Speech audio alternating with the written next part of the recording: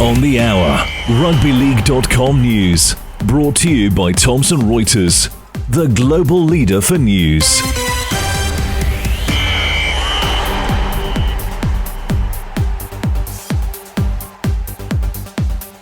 Coming up, Penrith just one win away from another premiership decider after belting the Bulldogs. Sharks forward charged for high tackle but okay to play against the Storm in grand final qualifier. And in the Queensland Cup, a try in the dying stages lifts Norths into the premiership decider. But first up, in week 2 of the NRL finals, four-time defending premiers Penrith have smashed the Bulldogs 46-26 at Accor Stadium. The game effectively over at half-time when it was 36-8. Paul Alamotti getting a hat-trick for Penrith, who have now made it 14 wins on the trot in finals footy. The result means the Panthers are now through to a preliminary final against the Broncos.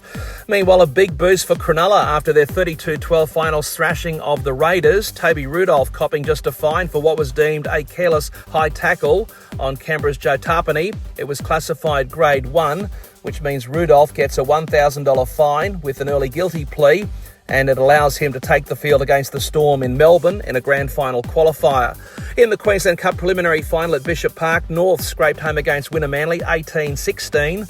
For the Devils, Manasseh Kaho scoring in the corner with 2 minutes to go to get his side into the season decider against Burleigh.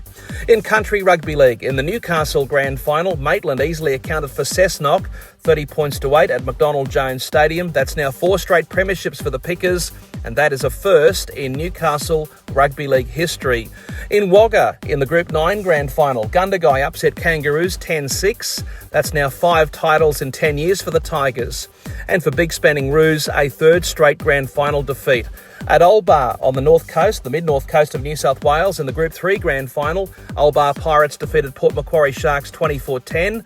And further north, up on the Gold Coast, in the season finale at Owen Park at Southport, a huge upset, Tugun beating Burleigh 30-26. The Seahawks team, including former NRL player Mitch Rain. In fact, he was among the try scorers.